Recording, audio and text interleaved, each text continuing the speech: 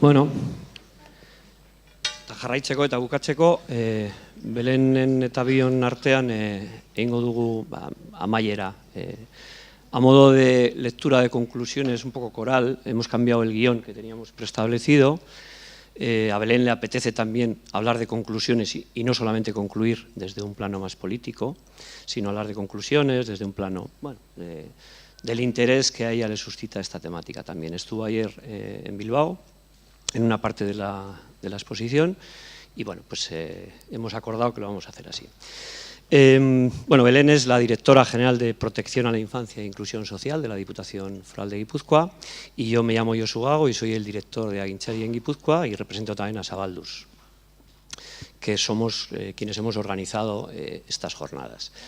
En estas jornadas, en estos 2 días, hemos tratado de complementar una con otra, de manera que si hay alguien en el público que ha estado los 2 días, pues habrá dado cuenta de la diferencia metodológica, ¿no?, por la que hemos optado y que ha supuesto, en primer lugar, en el día de ayer, un día más expositivo, con una ponencia inaugural por parte de Mike Stein, y después una presentación de lo que hace cada una de las personas que habéis visto hoy aquí. Hoy hemos optado por algo más reflexivo, más de debate, y bueno, luego concluiremos y diremos qué nos ha parecido. De entrada os diré que a nosotros, desde luego, nos ha resultado muy interesante. Esta variedad de experiencias de las que nos han hablado en la última parte nos habla de una variedad también de transiciones y nos habla de variedades metodológicas que es necesario implementar para poder acompañar en estos procesos de transición. Y al mismo tiempo podemos decir que nos hemos encontrado con similares necesidades, ¿no?, entre experiencias tan distintas como las de trabajar con personas refugiadas. Nosotros aquí trabajamos con otra consideración, son menores, no acompañados, como sabéis, a diferencia de lo que nos han contado Christine y Sonia en Berlín y Jonas. Pero bueno, hemos visto algunas similitudes, también algunas diferencias, por supuesto. Y bueno, vamos a empezar haciendo énfasis en los elementos que más se han ido repitiendo y que queremos dar como elementos de conclusión. Belén. Lehenik eta behin mila esker, Josu, eta Agintzariri aukera hau izateagatik eta hemen konpartitzeagatik zuekin atzo eta gaur jardunaldi hau. Bueno, pues como decía Josu, yo creo que a mí también me apetecía, ¿no?, pues compartir con él e intentar pues un poco a la limón hacer estas conclusiones, ¿no? Había una reflexión que a priori me salía y es que hoy en esta sala y ayer en la de Bilbao me parece que estaremos de acuerdo en que estamos compartiendo, ¿no?, conocimiento, experiencias, y que esto a priori, para empezar, nos enriquece, ¿vale? También nos enseña, hay cosas que no sabíamos y seguramente ahora sabemos más. Y otras veces también, y yo creo que esto es importante señalarlo, nos refuerza en algo que estamos haciendo, ¿no? Y hay veces que la gente, pues, nos sentimos un poco sola o acompañada, ¿no?, en lo que estamos haciendo, y esto yo creo que nos lleva a eso, a sentirnos más acompañados en el trabajo, ¿no? Yo creo que eso también es interesante el poder hablarlo, ¿no?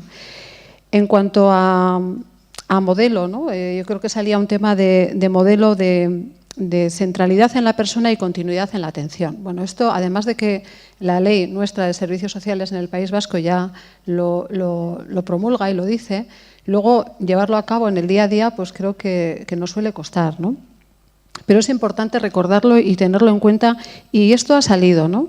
Pero esto no sale solo. Yo creo que hay algo que ha salido también, ha sido que para que esto sea así y lo podamos materializar, pasa necesariamente por impulsar los procesos de acompañamiento, es decir, que haya un acompañamiento, ¿no? Y ayer compartía con la compañera que ha venido de Alemania, ¿no?, que decía, la misma trabajadora o trabajador social, ¿no?, digamos que acoge, ¿no?, a la persona que se va a atender y le acompaña hasta el final, ¿no?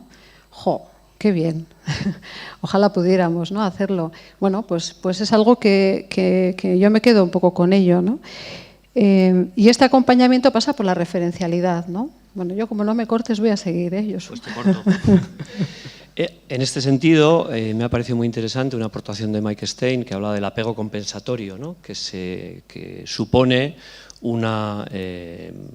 luchar contra el déficit que supone para estos chicos y chicas estas dificultades de apego con las que vienen a los lugares de acogida.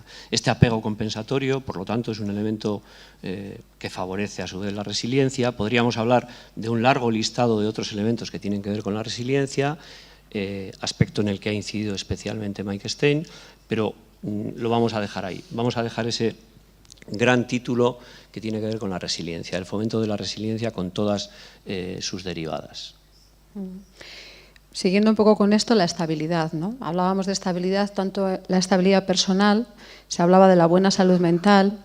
Esta mañana se hablaba de que te vaya bien en los estudios. Qué importante es eso de que te vaya bien en los estudios, ¿no? Ayer Mike nos habló de un testimonio de un chico que decía: estoy enfadado porque no me hicisteis ver que era importante que me fuera bien en los estudios, y estoy muy enfadado con vosotros. Nos lo decía ayer Mike. Habló de algunos testimonios y este era muy gráfico. Sí, y que vaya bien en los estudios, se decía hoy que no tenía tanto que ver con que apruebes los exámenes o saques buena nota, sino con disfrutar de la educación, ¿no? Y eso, desde luego, trasciende a los jóvenes de los que nosotros estamos hablando estos días, ¿no?, sino que es en general, ¿no?, el disfrutar de la educación. Ese tener amigos, ese capital social, ¿no?, que transite hacia el sistema desde el sistema de protección a la sociedad en general, ¿no? Un poco ese tránsito que titulamos, ¿no? Otra conclusión de la que ayer se habló, hoy no tanto, pero creo que está presente, es la conclusión de que esto de lo que estamos hablando necesita mayor visibilidad social. Al final estamos ahora también en un entorno muy endogámico y estamos hablando de ello, personas que tenemos interés en hablar de ello. Las transiciones a la vida adulta, acompañadas, deberían de ser una prioridad para toda la sociedad. Las transiciones a la vida adulta para personas en dificultad social. Hablábamos del decalaje que supone las transiciones normativas de los chicos y chicas que están con sus padres hasta los 29 años, y hay un decalaje de 11 años, ¿no?, en el sentido de que los chavales que están en el sistema de protección con 18 años tienen que salir, ¿no?, al abismo. Este decalaje, bueno, cuando ayer nos dieron este dato tan crudo, la verdad es que a mí me dejó un poco sorprendido, ¿no?, porque no deja de ser algo en lo que en algún momento he podido pensar, pero visto así, con esa perspectiva del tiempo y del dato frío de la edad, me parecía interesantísimo como algo para hacer reflexionar también a otras personas que no se dedican a la intervención social. Sí, siguiendo con visibilizar los procesos de éxito, ¿no? No hablamos tanto de a quién le va bien, ¿no?, sino que hablamos mucho de lo que no va bien, ¿no?, y de los fracasos, ¿no? Y de hecho ayer también salía mucho lo de, bueno, en la reflexión era démonos, ¿no?, permiso para fracasar y para volver a empezar, ¿no?, y para dejar de hablar de que esto está quemado, ¿no?, esas cosas que se suelen decir. Bueno, pues con esto quizás, si realmente fuésemos capaces de visibilizar los procesos de éxito, y yo, bueno, voy a aprovechar un poco el programa Rakastá, que yo creo que a nosotras por lo menos nos emocionó, ¿no?, el poder, ¿no?, visibilizar en este caso, ¿no?, el éxito. Creo que ese camino, bueno, pues es algo que hay que explorar y que hay que utilizar más, ¿no? Se hablaba esta mañana también de la reconciliación con las relaciones de familia, con quien se ha hecho cargo de ellos, ¿no?, la narrativa de sus vidas, es decir, construir bien esto, ¿no?, para fortalecer. Y recuperar ese proceso que se da en los chavales y chavalas que tienen vidas normativas, ese proceso yo-yo del que se hablaba, ¿no?, en el que cuando fracasan tienen una segunda, una tercera, una cuarta oportunidad, vuelven otra vez a casa, vuelven a la familia y tienen apoyos, ¿no? ¿Y por qué no? nuestros chicos y chicas del sistema de protección pueden fracasar. Tendríamos que estar preparados también para ello y poder hacer más normativos, normalizar más los procesos de transición. Sí, junto con visibilizar, bueno, pues sin duda hay que hablar de los sistemas, ¿no? Sistemas de empleo, salud mental, vivienda, educación y la flexibilidad, una vez más, en los sistemas. Flexibilidad en mayúscula y también en los sistemas, ¿no? Y esto pasa por exigirnos entendimientos mutuos y reconocimientos mutuos, ¿no? Y bueno, pues yo pues he tenido la oportunidad de conocer a personas que no siendo del sistema de servicios sociales, ¿sí? Y teniendo cargos de responsabilidad, pues tienen esa sensibilidad, ¿no? Y se lo creen así. Y me parece que cada vez más vamos a encontrar esto y creo que esto nos va a facilitar mucho realmente el hacer esos caminos para realmente tener éxito en los procesos, porque hemos hablado muchísimo de red, ¿no? Y además nos lo creemos, pero ¿cómo tejemos una red? O sea, yo no puedo tejer con otro si el otro no quiere hacerlo conmigo, ¿no? Y desde ahí, pues bueno, poco a poco, sí, y quizás no a la rapidez en la que nos gustaría, pero creo que se están produciendo cambios y tenemos que pensar que ese va a ser el camino. Nos han hablado las personas que nos han acompañado en la última mesa de programas con personas refugiadas. Nosotros no tenemos experiencia en el Estado español. Pues, como sabéis, las personas menores refugiadas, en nuestro caso serían los MENAs, que no son personas refugiadas, y que nos plantean otras problemáticas. Se ha hablado de la necesidad de dar una respuesta diferente a la que se está dando, porque ya esto es algo que ha venido para quedarse. Sabemos que desde hace aproximadamente 2 años, la gran oleada del 2015-16 se ha mantenido a lo largo de todo este tiempo. En Guipúzcoa lo hemos experimentado de una forma con muchísima fuerza, en Vizcaya todavía más. Se hablaba de que en Vizcaya el 50% de los menores en protección son MENAs, y se ha hablado de la necesidad de responder con nuevas respuestas a este reto, ¿no? Ha salido, y es algo en lo que nosotros hemos reflexionado en algún momento, ¿no? La posibilidad de que las familias de comunidades similares, comunidad magrebí, por ejemplo, se puedan implicar también en las respuestas a estos chavales, ¿no? Por ejemplo, a través de acogimientos familiares u otro tipo de fórmulas. A mí me gustaría destacar también la colaboración con las entidades del tercer sector, trabajar estrechamente y nutrirnos, ¿no? Del conocimiento mutuo, compartir experiencias y aprender unas de otras, ¿no? Yo por lo menos, y no es por hacer la pelota claramente, tengo la certeza, además de la sensación de que en Guipúzcoa bueno, pues intentamos hacer esto así, ¿no? De manera colaborativa y sabemos que quien está en primera línea, ¿no? Trabajando con las personas, pues es quien tiene el conocimiento práctico. Las instituciones públicas tenemos, ¿no? La responsabilidad de atender y de vehiculizar, ¿no? De colaborar y de hacer los programas, ¿no? En colaboración, bueno, pues también con esa flexibilidad. Y desde ahí, ¿no? Pues un Gasteiz Sarelán, proyectos piloto, etcétera, que puedan verdaderamente darnos pues herramientas, que una de las cuestiones que ha salido todo el rato también es la de la evaluación, ¿no? Para eso Jorge nos lo ha repetido varias veces y efectivamente es así, ¿no? Elemento clave, y que durante muchísimo tiempo muchas entidades tenemos que hacer autocrítica, por lo menos la nuestra.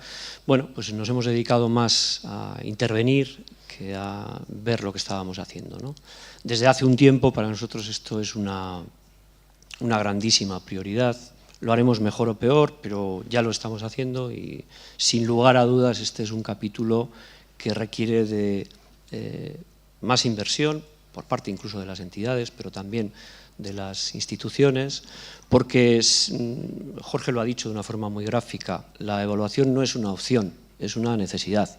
Sin evaluación, él no concibe un proyecto de intervención, no lo concibe porque piensa que intervenir, solo intervenir, es hacer pero sin saber lo que estamos haciendo y lo que estamos consiguiendo, poco más podemos avanzar. Por lo tanto, un concepto efectivamente ha salido los 2 días.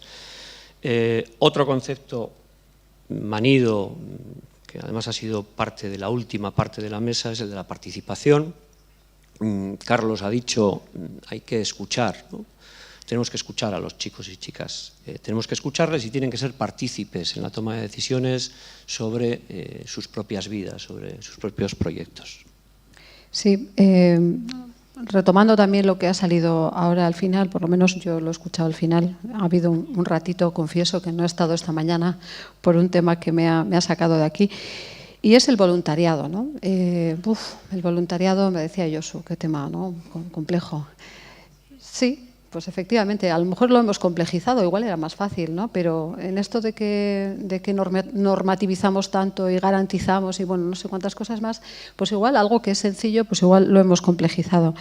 En cualquier caso, bueno, hay una reflexión sobre la mesa, ¿no? En políticas sociales, y es la de buscar el voluntariado como oportunidad para reforzar ya el trabajo que se hace, ¿sí? Desde la garantía de los derechos que efectivamente tenemos que cumplir, pero reforzar esto como éxito para los procesos, es decir, como valor añadido, ¿sí? Al proceso, ¿vale? Y desde ahí también verlo como una oportunidad de tener una sociedad mejor y más rica, ¿no? Donde, bueno, pues invertamos y convirtamos al voluntariado un poco en algo que además no sea como de exclusivo del sistema de protección, o sea, del sistema de servicios sociales, ¿no? Como si el voluntariado es igual a, haces voluntariado si, ¿no? Estás en algo que tenga que ver con el sistema de servicios sociales, porque claro, si estás en salud, en educación o en otros lados, no cuadra, ¿no? Pues no, a lo mejor tenemos que empezar a pensar en el voluntariado como algo más transversal de apoyo, ¿no? a otros, que yo creo que ya hay experiencias, y que cada vez irán saliendo más, y que yo creo que ahí también tenemos un reto interesante, ¿no? Sí, de hecho, bueno, se ha hablado de una forma de voluntariado específica que es la mentoría entre iguales, que me parece interesantísima desde el punto de vista del beneficio que da a las dos partes, a quien da y a quien recibe, porque las dos partes reciben realmente, ¿no? El que da también está recibiendo. Ese chaval que ha pasado por avatares, por transiciones abruptas, que a lo mejor todavía está pasándolo, como decía Carlos, a lo mejor tampoco es que estén ahora mismo muy allá. Y sin embargo, seguro que van a poder aportar la naturalidad que le da a este proceso el que quien está en ello pueda hablar de ello, ¿no? Sí, yo ahí creo que me quedan 2 cuestiones así centrales. Uno es el que, bueno, para los que pues no trabajáis, vivís en esta Euskadi nuestra, pues igual os suena, ¿no? Pero para nosotros es algo de todos los días, y es este marco institucional competencial complejo en el que vivimos, ¿no? En el que esto le pertenece al ayuntamiento, no a la Diputación, no al gobierno, no de la entidad, no de la escuela, no de... Y, bueno, pues es el que tenemos, ¿sí? Bueno, pues para algunas cosas nos irá mejor y para otras nos irá peor, ¿no? Pero hagamos quizás de esto, ¿no? De esto que a veces es un problema, pues hagamos una debilidad, pues hagamos una oportunidad, ¿no? Y hagamos una oportunidad para trabajar de manera colaborativa, pues igual es que es así, tenemos un poder repartido. Y eso nos lleva a un consenso necesario para poder sacar adelante procesos, ¿no? Más complejo, pero bueno, pues igual también esto, si lo convertimos en oportunidad, pues nos enseña y nos hace más, no sé, igual mejores, ¿no? Diría yo. Y luego hay otro tema que es el tema de la comunidad, ¿no? Que también está unido, ¿no? Necesariamente, y es el trabajar con la comunidad y para la comunidad, ¿no? Bueno, yo creo que cada vez más en las agendas políticas ya está la inclusión, la igualdad de oportunidades, que ayer salía también, alguien lo apuntaba, ¿no? Cuando se le decía, ¿qué remarcarías, ¿no? Pues la igualdad de oportunidades en los jóvenes, ¿no? La participación, esta sociedad cambiante, ¿no? que como antes también decíamos, pues esta llegada de menores extranjeros no acompañados, pues es una realidad que está ahí y ha venido para quedarse. Y esto pues nos lleva a algo con lo que iniciábamos, era la necesidad de flexibilizar y de adecuarnos a las necesidades, ¿no? Y esto es algo que a veces nos cuesta más, a veces menos, pero que va a tener que ser así. Bueno, vamos a ir acabando. Ya nos hemos comido algo más del tiempo que nos habíamos propuesto y os agradecemos muchísimo que os hayáis quedado hasta el final. Os agradecemos muchísimo que hayáis venido. Os invitamos dentro de 2 años a las siguientes jornadas, que ya haremos con otra fórmula, porque habéis visto por ahí Agintzari Zabalduz y algunos os preguntaréis ¿qué es eso de Agintzari Zabalduz, ¿no? Bueno, Agintzari es una entidad cooperativa que nace en Vizcaya, que se desarrolla a lo largo de los años y hace unos cuantos años aterriza en Guipúzcoa. En ese aterrizar en Guipúzcoa nos planteamos que tiene que ser un aterrizaje compartido y no un paracaidismo, ¿no? De ahí surge una cooperativa que se llama Zabalduz. Es un servicio que gestionamos en el año 2012, el Centro UVA de la Diputación Foral de Guipúzcoa, pero en el año 2014 las personas de ese Centro UVA se constituyen en cooperativa. Es una cooperativa hermanada con Agintzari, es una cooperativa mixta en la que Agintzari también tiene participación, pero ya Zabalduz cada vez está cogiendo más vuelo porque es así la vida y se está haciendo su transición a la vida adulta también. Y además, ahora estamos en otro proceso de transición en el que otro de nuestros servicios que gestionamos actualmente, Trebatu, para la Diputación Foral de Guipúzcoa, está en proceso de convertirse en nueva cooperativa, será otra cooperativa distinta y esperamos estar todos bajo un mismo paraguas, una entidad, una cooperativa de segundo grado, que es la que nos va, digamos que va a ser como la madre. Nosotros somos hermanos y hermanas, así nos vemos y pues necesitamos una madre. Y este país, como es muy matriarcal, pues nuestra madre se va a llamar Bogan y va a ser la cooperativa que aglutine a las diferentes cooperativas que estamos en esa órbita. Muchas gracias de parte de nuestros compañeros y compañeras de Agintzari, Zabalduz y también de la futura cooperativa de Trebatu. Y por nuestra parte nada más que añadir. Pues yo no tengo nada más que añadir, más que volver a agradecer y como escuchaba hace poco, tanto agradecimiento y ya vale. Va, aste buruan. Hurrengo arte.